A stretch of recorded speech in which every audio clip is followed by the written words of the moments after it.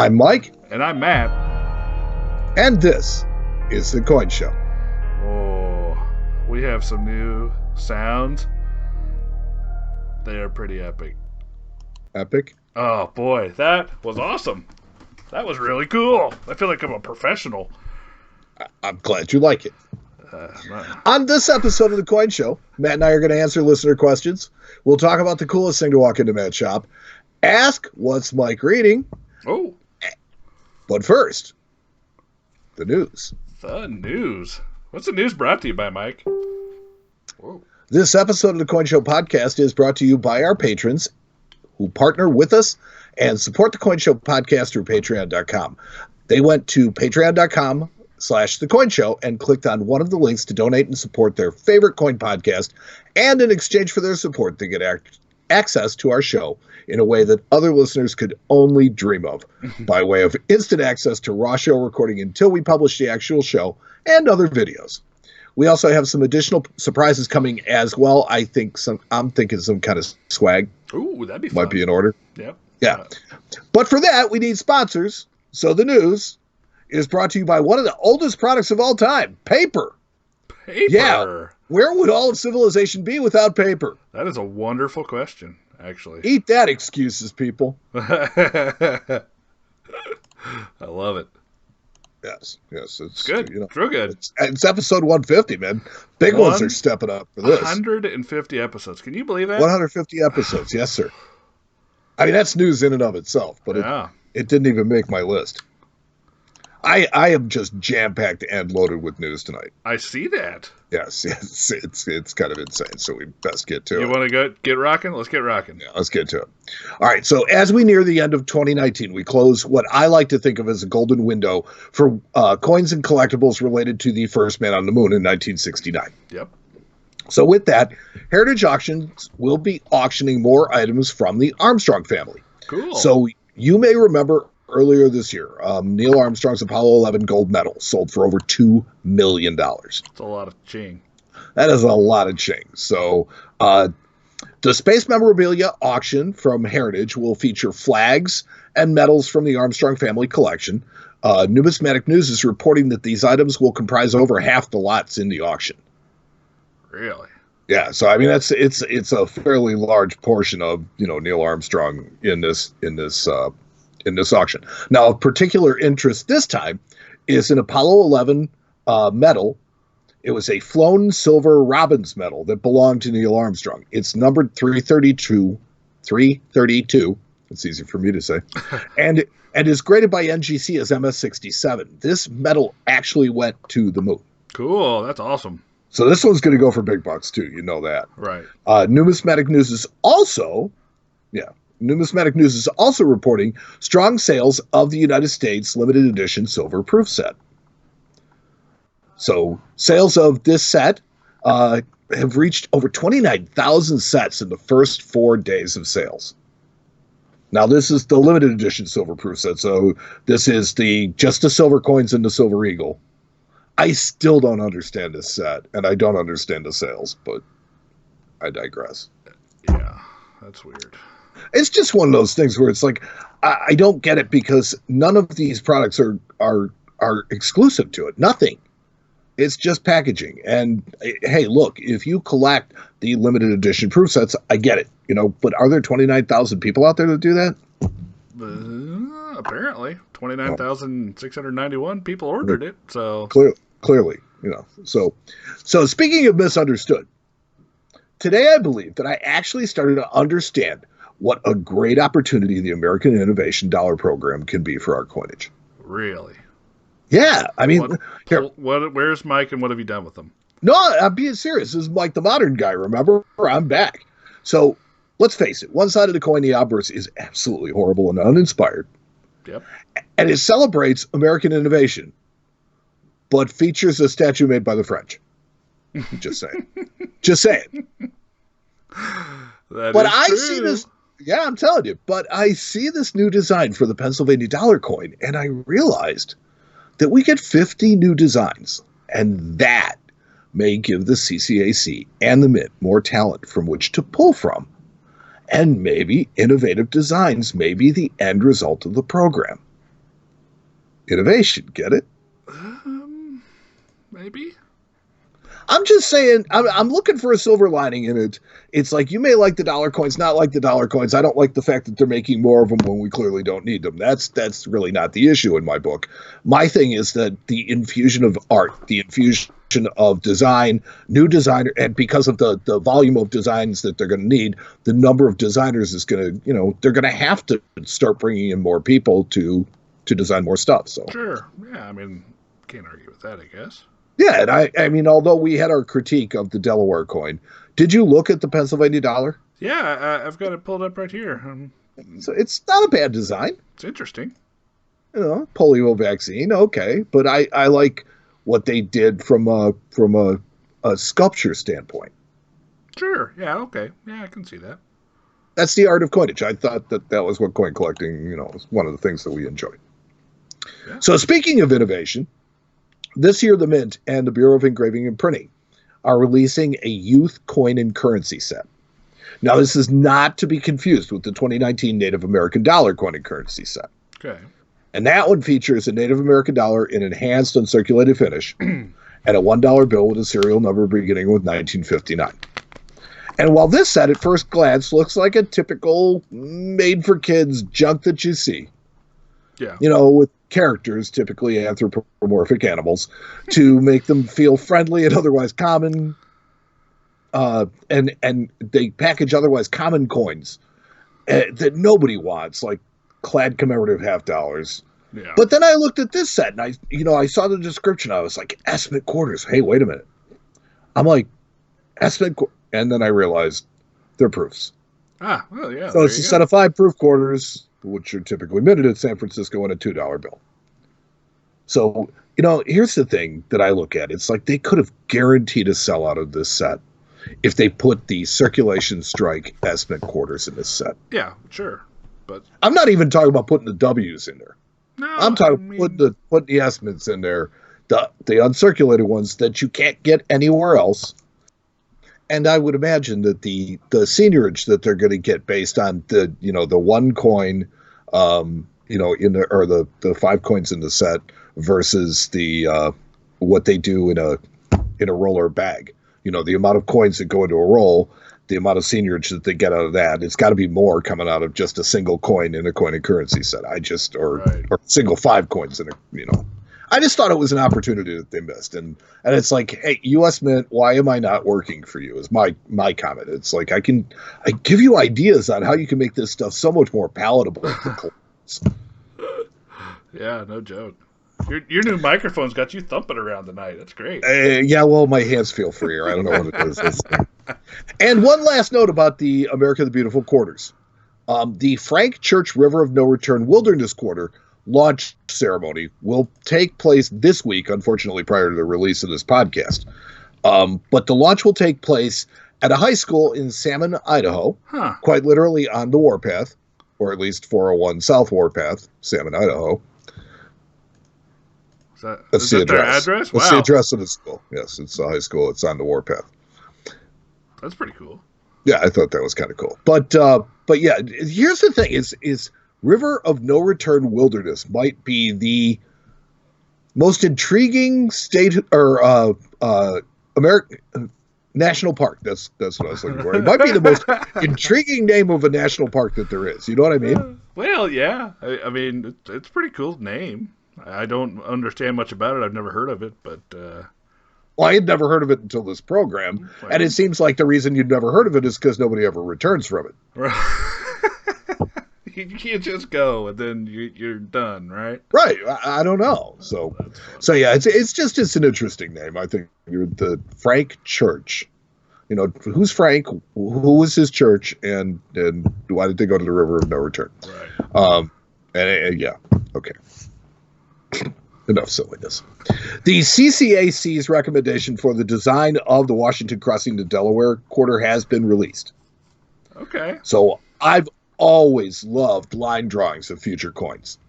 I think I've mentioned the story like 6 or 7 times that when I was a kid, they had the bicentennial contest for the bicentennial coins, and they actually published the line drawings of the 3 designs that were going to be on the coins in Coin World, which was at that time a newspaper.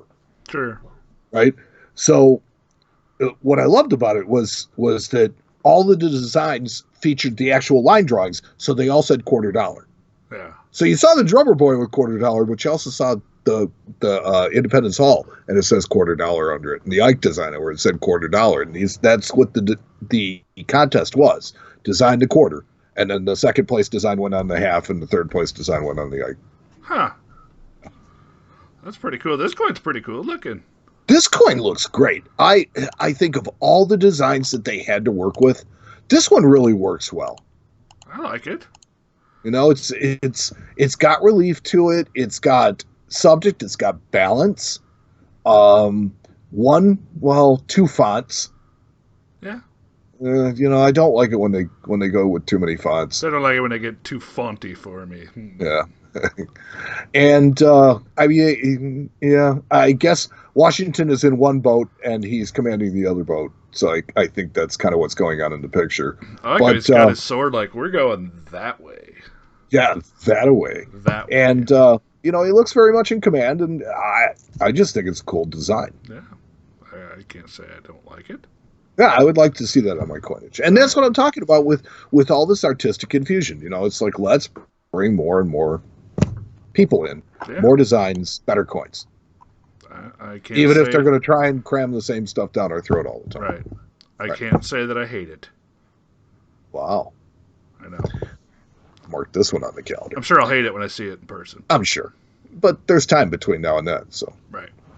I'm going to enjoy that. An NGC certified Russian rare coin sold in a recent Swiss auction for nearly $500,000. Good Lord. A 1701 2 ducats gold coin with a details grade. A details grade. Sold for about $483,000 US. Man. That's got to say something about the rarity of the coin. Well, yeah. I don't even know anything about that coin. So. Well, the 1701 2 ducats was among the first coins that were actually struck by Imperial Russia by machine. No, okay.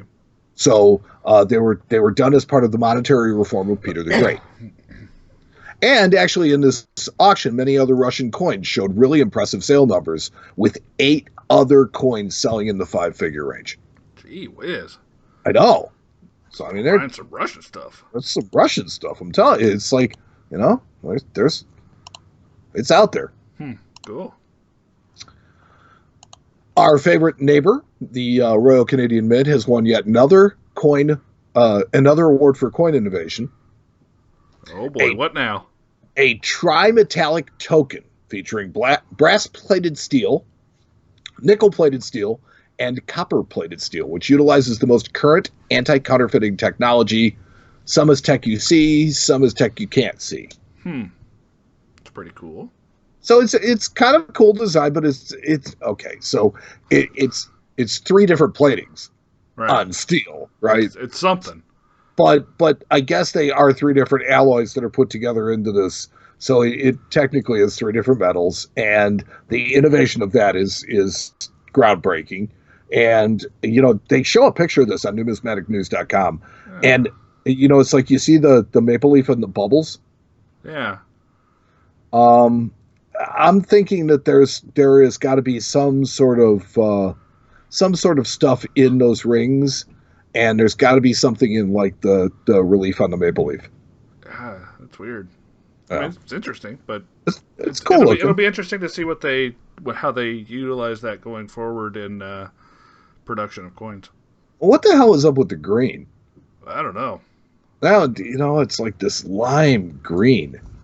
I don't know if that's that or just a bad picture or a bad mock-up of it. I'm not sure. It's weird. Yeah, I don't know. I mean, it's brass plated, so yeah, you're right. It probably is just a really bad picture. It's not green. It's just probably a really bad picture that they needed to do that so that you could see the contrast. Probably. Maybe. Yeah. Hard to say. Artistic choice. We'll give them the benefit of the doubt. Yeah, there you go. There you go. So, die variety photographs are being solicited for the new 6th edition of the Cherry Pickers Guide. Cool. They're finally doing it. Yeah, Bill Fiva is putting out another edition of the Cherry Picker Guide. This will be the 6th edition of Volume 2. Cool. Yeah, so how much do you use the Cherry Picker's Guide? Not so much anymore, but I did use it a lot. I don't have time. As a collector? Yeah, I don't have time, unfortunately, these days to cherry pick so much anymore. I gotcha. So, Mint Newsblog publishes this week that the book's editors have reached out to the hobby community for advice, recommendations, and research. Collectors and dealers who have photographs to share may contact the Cherry Pickers Guide team by email at cherrypickers@whitman.com. Looks like a big old party. I'm just sitting here looking at pictures of it. It looks like there's a party going on there. Yeah. Well, Dennis is there. Good times. Dennis is at the party. Dennis is there. Bill Fiva's there. Yeah. Larry Briggs. Brandon Hall. Yeah. Cool. Yeah, absolutely. All right. So when I saw this news, Matt, yeah, I got a huge attraction for a new mint offering that comes out this month. I heard about this. An enhanced reverse proof Silver Eagle will be released November 14th. Now, you may ask yourself, this sounds familiar. Is an advanced reverse proof Silver Eagle? It's like well, no, you might ask yourself, this sounds familiar. Where have I heard of this before? Because the Pride of Two Nations set earlier this year had a 2019 enhanced reverse proof Silver Eagle in it and had a limited number of 110,000 coins. But I thought they sold all of those coins. Well, they did. Yeah. Those were minted at West Point. This offering is going to be struck in San Francisco, and therefore will be an estimated coin. This set is limited to 30,000 coins with a household limit of 1 coin. I suspect they sell out of those pretty quick. I would imagine that it's going to be a train wreck of people trying to get through. But the household limit of 1, I think will keep it in play for most people. If you really want to get one and you are willing to get on the phone, or on the internet, that when it gets released, that hour, right? I have a feeling you should be able to get it. I think so, yeah. Right, and that's fair. I like that.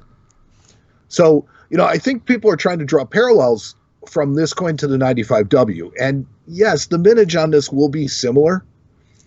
But what a lot of people just don't remember is that the 95W was offered to buyers of gold American Eagles only.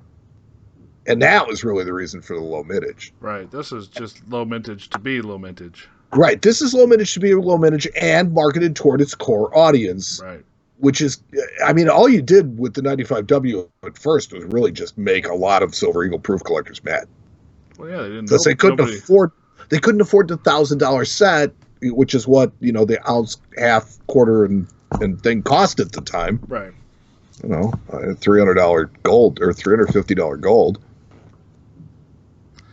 Yeah, that was a lot of people get kind of salty about that coin. Yes. So, that was the reason for the low mintage. It's like, how excited I got about the Pride of Two Nations set. Right. And the reason that I did was, largely because of this reverse proof enhanced reverse proof. Right. Silver Eagle. And I just love the finish. I love it on the Silver Eagle. I have the enhanced uncirculated Silver Eagle, and I have now the enhanced reverse proof, and I am going to try like the Dickens to get one of these for me. That's just what I really like to. So they look cool. Yeah. And finally, in the news, you were wondering when this was coming. Pat Heller at Numismatic News wrote a really interesting article entitled "A Modest Proposal for the U.S. Mint," which he wrote after attending the U.S. Mint's 4th Numismatic Forum, an invitation-only event. And he writes a really great article, and I don't want to read it to you, but in his detailing of the Numismatic Forum, he published some plans that the U.S. Mint said that they have for planned issues. Okay. And I think that this is stuff that most people are blissfully unaware. Huh. So, for better or worse, here is the future outlook for planned issues. Okay. In 2020, the Mint is planning to offer a coin and metal set honoring the 400th anniversary of the Mayflower landing, a product to be issued in conjunction with the British Royal Mint. All right. That sounds kind of cool. So there's your next collaboration with another country. This year it was Canada. Next year it's the British Royal Mint. Moving down the line of allies. India, while we still have them. Yeah. In 2021, there will be new designs for gold and silver eagle coinage to incorporate more anti-counterfeiting features.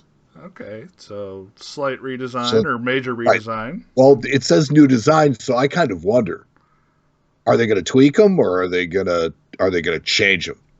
Now let's see. Think about it. It's like 86. It's been the same design for quite a while. Well, but that still takes the Secretary of the Treasury to change it, doesn't it? You're above my head with that one, buddy. I think so. I think that the Secretary of Treasury can change the design, but not the Mint Director. Yeah. Second round. Maybe that's something they've already been working on. Maybe so. Yeah, who knows? Well, they said at the Numismatic Forum that this is stuff that they want to push as far as legislation. So they realize some of this is going to require legislation, but at the same time, some of it does not. And this is literally their agenda as far as what they want to get done. Well, yeah, I'm sitting here looking at the picture, and it's like Superintendent of the Philadelphia Mint, Superintendent of the San Francisco Mint, Superintendent of West Point, Superintendent of Denver, Associate Director for Manufacturing, and the Mint Director were the people that got this information from. So it sounds like they're, definitely working on... Well, these would be people in the know. Right, yeah, that's my point, is these are the kind of people that are going to know this thing. So I'm not sure they would just come out and say that if it wasn't something already in the works. But most of the stuff in this article is stuff that I just hadn't even discovered yet. And you know how I follow the news in the world of coins. Yeah, so sure. I wanted to pass this on to the listeners because I really think there's some really interesting stuff here. So next on the agenda, a second round of America the Beautiful Quarters is not planned, even though the original legislation for the series authorized a second set of issues. Instead, from 2022 to 2025, the Mint would like to issue a 20-coin series of quarters featuring American animals. There you go. That's something cool. Actually, I thought you would poo-poo that one. No, you know why? Because that would actually really bring kids into it. Kids love animals. And I think the art would be fantastic, too. Sure. I think that would actually be a really cool program and something I would probably get behind, to be honest with you. Okay. Also, in conjunction with it, from 2022 to 2025, then it would like to issue $50 featuring endangered species. Ooh, yeah. Get some animals. That's a great idea. Absolutely. Absolutely. In 2026, the intention would be to issue 1 year circulating commemoratives of the cent through 1 year circulating commemoratives of the cent through $1 coins to honor the semi-quincentennial anniversary of American independence.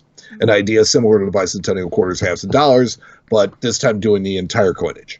Meh. That's how I feel about that. You know what? It's a 1 year commemorative. It's one of those things where people will get all over it. They'll love it. They'll flock to it. I'm not sure that and they'll be common as dirt. I'm not sure today's culture is the same culture that was coin collecting in 1976. I'm just not sure they would care. Well, I'll guarantee you it's not. But what I will say is that, in 1976, at least from my experience, the design had been just so stale for so long that we were just welcoming anything. Well, and it was nice to see that. It's nice to see just a little change, even if it was for a year and a half. Right. And I think it's the opposite now. I think it's like, God, our change looks so crazy. Can we just I can't even tell what's what. Yeah, there's so many designs. Right. You got a point. But I don't think that they're gonna miss out on an opportunity to just strike more stuff. So yeah, well, go for it. Beginning in 2027, the Mint hopes to issue a 20-quarter series over 4 years depicting sports popular with youth. The Mint would poll children and numismatists to identify which 20 sports would be depicted. If bowling doesn't go on it, I'm done. These coins would have some ties with the 2028 Summer Olympics that will be held in Los Angeles. There you go. And in addition, there will be $50 issued for the Paralympics happening at the same time. Well, you know what? It sounds like from some of these that they are actually targeting kids, which is great. I think that's a great way to go about it, putting things on coins that kids are going to like, animals, sports, That's the way to get kids looking at coins again. So I think the drum beat is finally reaching them. Hopefully. Because we've been banging on that thing for a long time, and there's a lot of people in this hobby that have been saying, "Look, your population is aging, your average collecting age is going up. Right. We need to do something to involve younger people." So, well, sounds like they're coming up with some ideas that I'm actually kind of fond of, which is cool. well, I think you like the idea from the standpoint of program and what it brings to the table as far as who it's aimed at. I like more and new and better and more.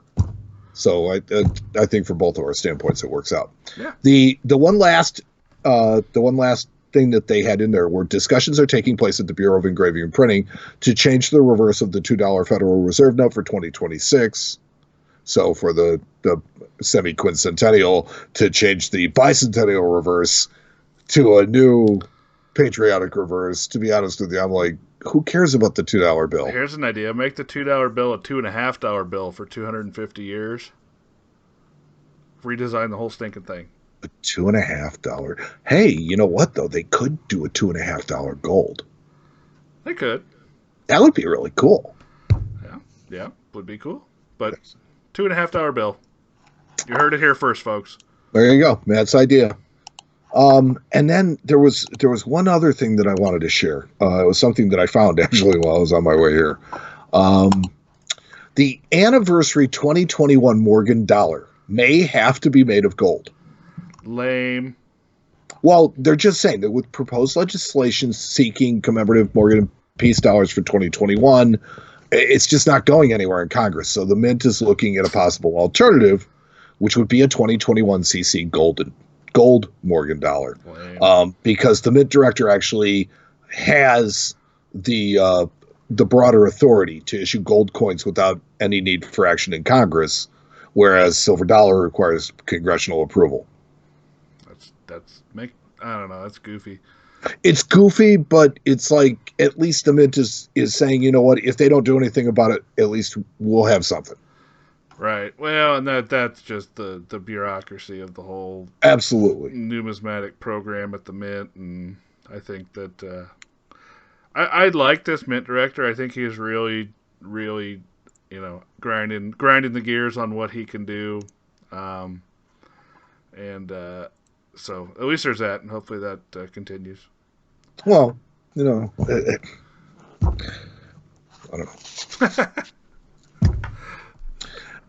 And that's the news. All right, that was a long news segment. I'm telling you, that was a marathon news segment, but I had so much that, I just couldn't cut anything. That's cool. No. Get it done. And now, thanks to our new program, bam, bam, bam. So, bingo, bango. All right. So, let's see. We had a listener question. Didn't have a lot of them this week. Yeah, it's like it surprised me. 250 or 150th show. We solicited it. We asked, and not a lot of response. That's okay. It's okay. We'll be fine. All right. So this comes from Kevin Kelly in Greenwood, Indiana, right in your neighborhood. I know Kevin. Says, yes, although I have many U.S. coins that have been graded and slabbed, I thoroughly enjoy my collection contained in Dansko albums. I can only imagine that recent surprise issues like the West Point Quarters and Lincoln Cents will create a number of headaches for both Dansko and Whitman for their albums and folders. Mm-hmm. And how in the world can either of these companies figure out what to do going forward after 2020? I know Mike has his people at Whitman Publishing, and it would be interesting to know what their thoughts are on the future of albums and folders for the future issues, especially when there are so many unknowns. How in the world would they come up with a quarter album after the last America the Beautiful release? My solution for now is to purchase blank pages and make use of my brother's labeler with clear tape and black letters. Yep. Congratulations to you both on 150 episodes, Kevin. Thanks, Kevin. That's awesome. Thank you, Kevin. No, that's good. Yeah, I mean, honestly, Kevin, you got it nailed already. That is a question that doesn't need answered because you already got it figured out, man.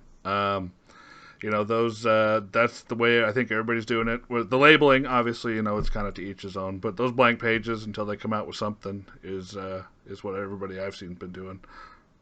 And I have to say that this is a product of who we are and what we do and how we collect. That has changed, and it has really changed over the past 20 years. That collecting by date and mint mark is, although still popular, not, I'd say there's probably as many type collectors now as there are people that fill albums with sets, not necessarily people that specialize in another type area, but people that just collect by date and mint mark to fill albums. Right. So because of that, it's your people that make the albums, Dansko and Whitman, they're selling fewer of the albums.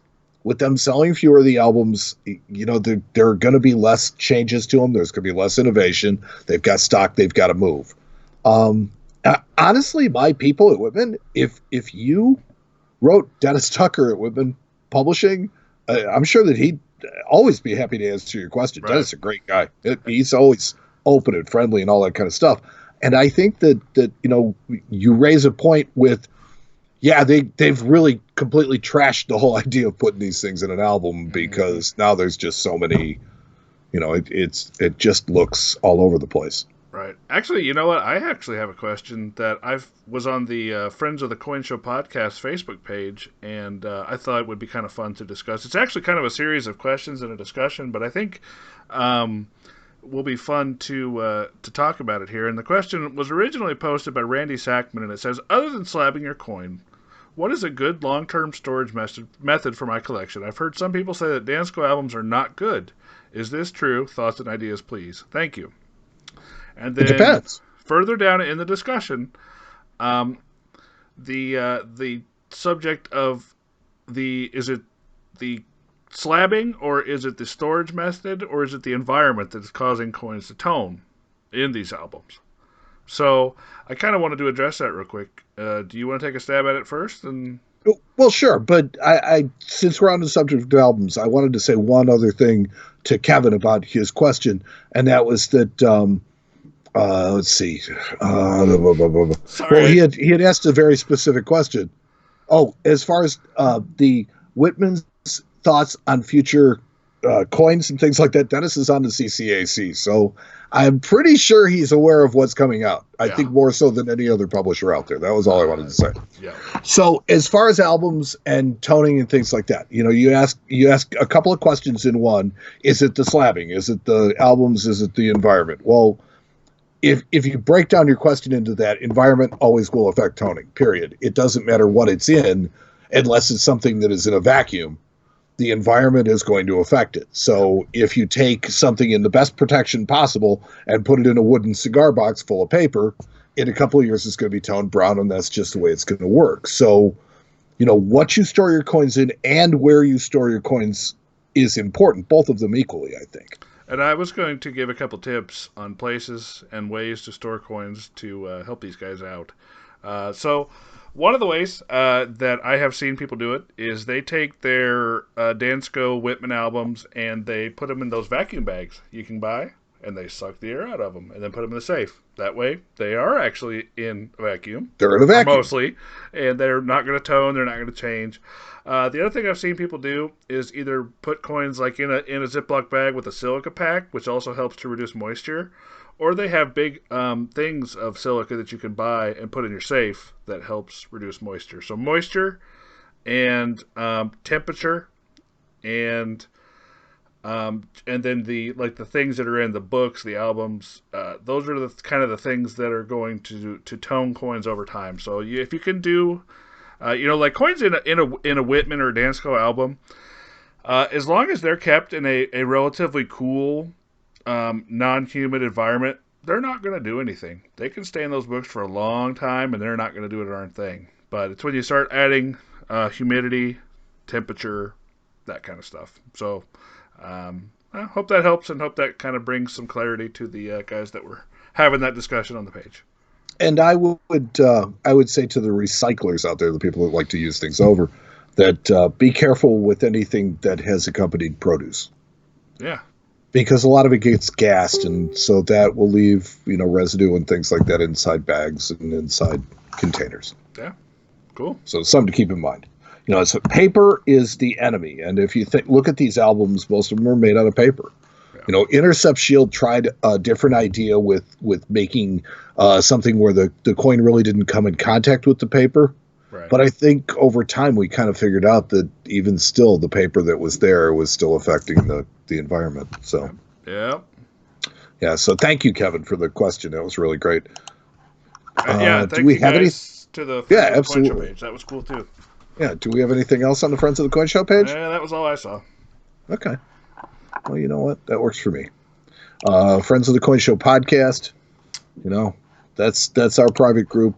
If you want to connect, this is generally the place to do it. That's right. Yep, it's a good place. So and if you go to the Friends of the Coin Show podcast, you will see our live stream that's going to come up after this episode. Yeah, we've been doing live streams lately. That's a heck of a lot of fun.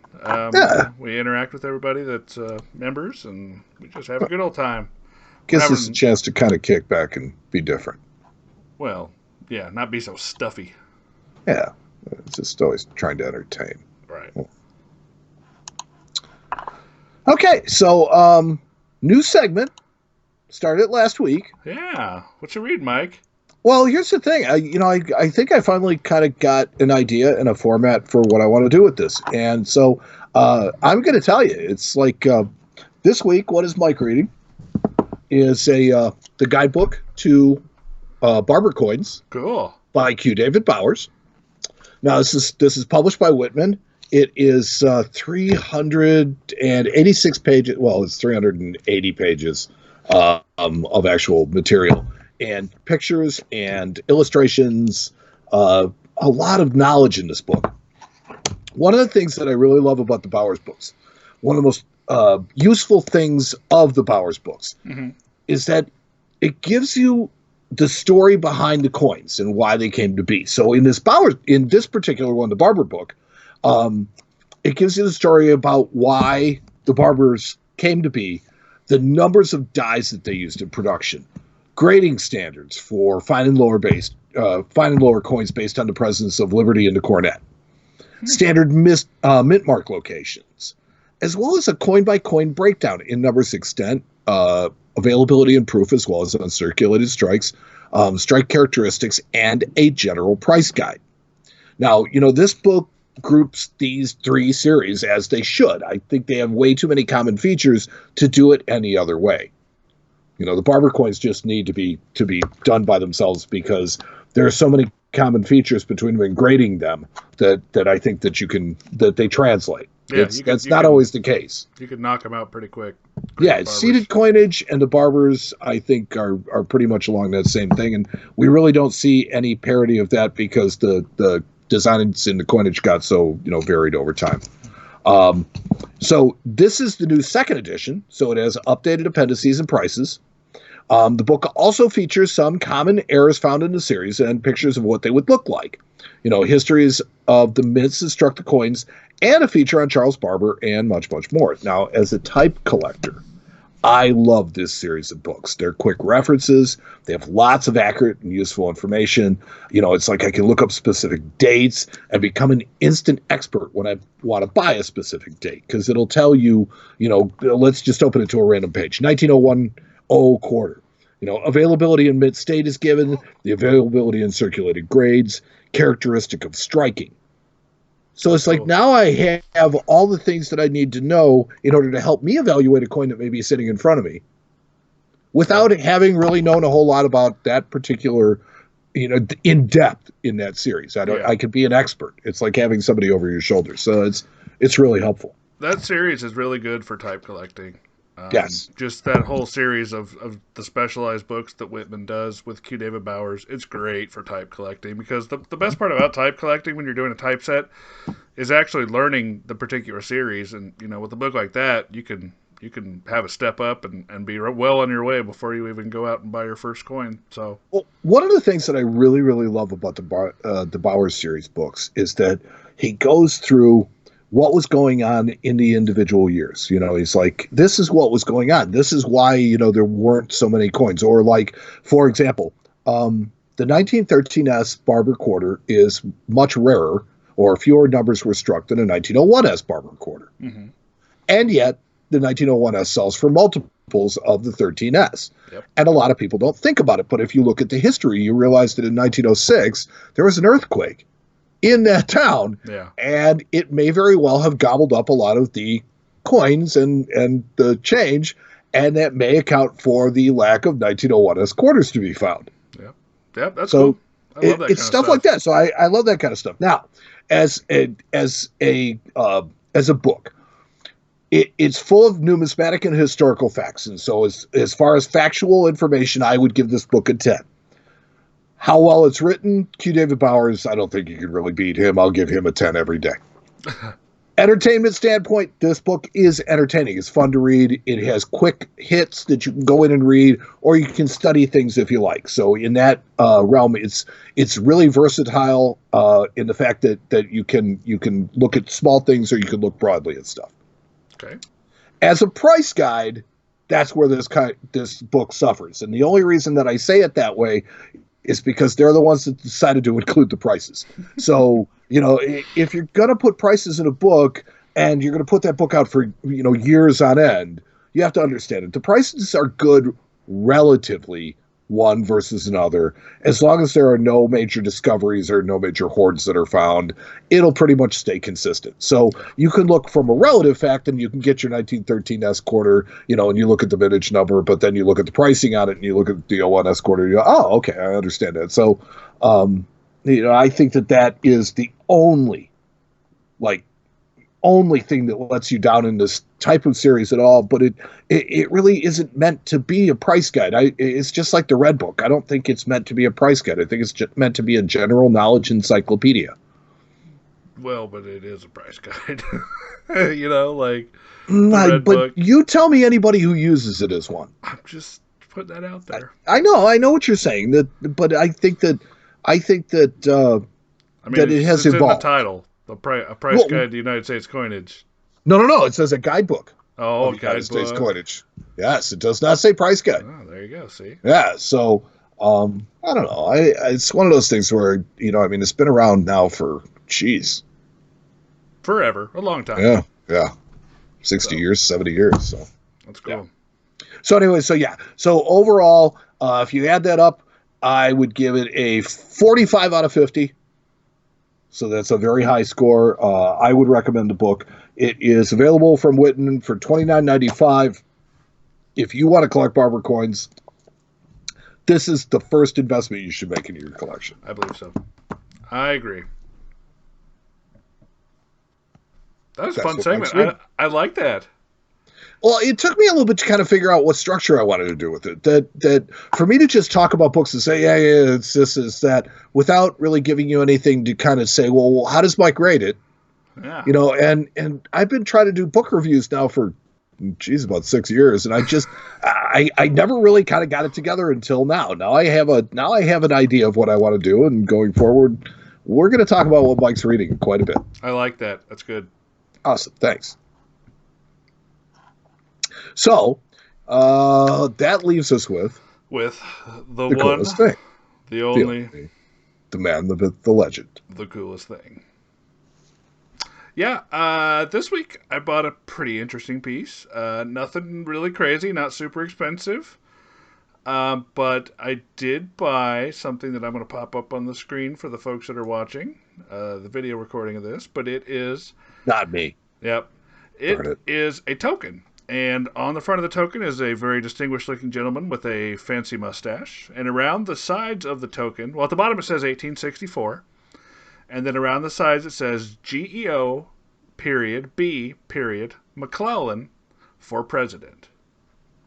And this is a George McClellan campaign token from 1864 when he ran against who, Mike? Abraham Lincoln. Abraham Lincoln, and lost. Yep. So George McClellan was a Union general during the Civil War. Really kind of had a lackluster military career. He was known to kind of hold back against attacking rather than to pursue the enemy and attack. So very interesting piece. He kind of won favor from folks for that specific reason, being that he liked to not necessarily just charge right into battle.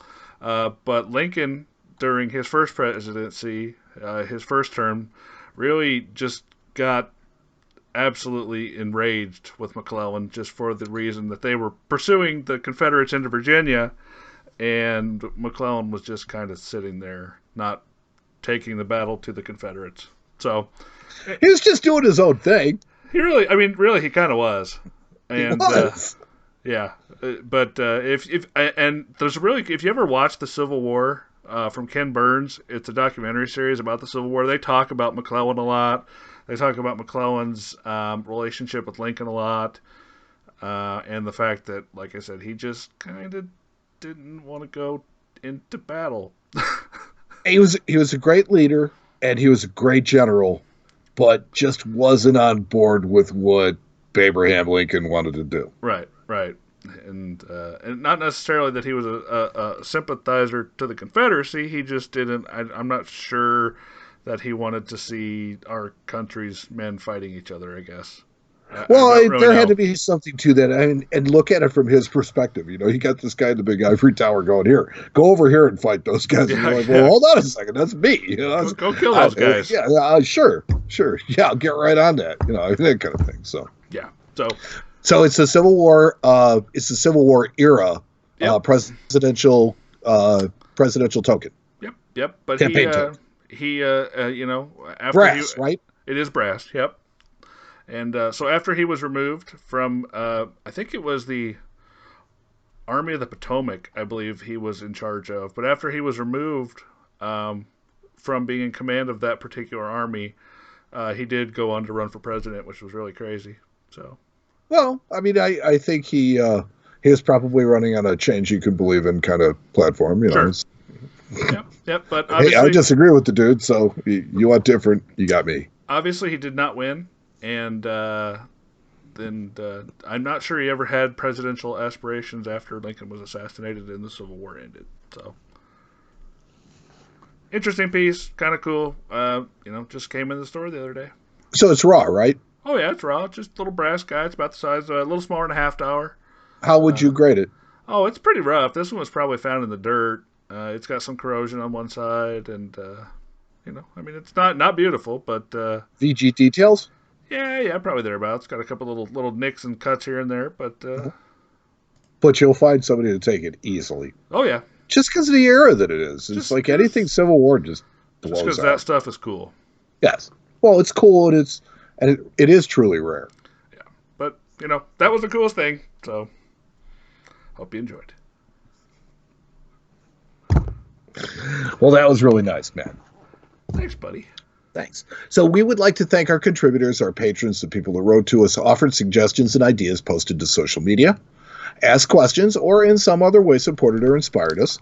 We cannot thank you, our listeners, enough. Without you, this entire endeavor would be just completely pointless. So thanks to Tony. Oh, yeah. So thanks to Tony Alvarez and to Tony Alvarez Band for our usual theme music. You can visit them at TonyAlvarezBand.com. Thank you to Justin Irvine for his contributions to our YouTube page. Look for another one of our videos coming soon. To subscribe to the channel, go to youtube.com/ oh man, where did it go? Sorry. Go to youtube.com. That's a funny address. Yeah, I know. Go to YouTube. Yeah. Thanks. Go to youtube.com/ The Coin Show or the YouTube app and search The Coin Show Podcast.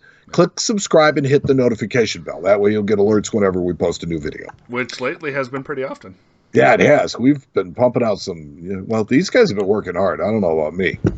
A big thanks to our Facebook coordinator, Ernesto Aguilar. If you haven't checked it out yet, our Facebook page is easy to find at www.facebook.com/coinshowradio. The articles that Ernesto links there every day are amazing and keep you well informed. Share the posts and articles with your friends and the people you know. Don't forget to check out our Facebook group, Friends of the Coin Show. Come and check it out. Just search Facebook for groups, and our group is named Friends of the Coin Show. Ask to join, and what did I say? Bob's your uncle. That's right. I think we cracked 700 members in there the other day. It's still growing. Yeah, and that's the private group where everybody gets to talk and see everything we write, so it's fun. Yeah, I like that group the best. It's a pretty good one. Did you know that this and many recent episodes are available for your listening pleasure on Apple Podcasts, Spreaker.com, iHeartRadio.com, and of course on our website, not our website. That's a different place. Yeah. And some people would call that up on our website, and of course on our website at coinshowradio.com. You say that 10 times fast. That's right. Plan If on you visit our webpage at coinshowradio.com, you'll find links to listen to or download all of our past episodes. You can also make comments on the episodes there. Please share your thoughts. Also on our website, you can ask us questions through our link to questions@coinshowradio.com. You can check the current precious metal prices, read book reviews and recommendations, or see pictures of some of the cool stuff that has walked into Matt's shop, or become a patron of the Coin Show.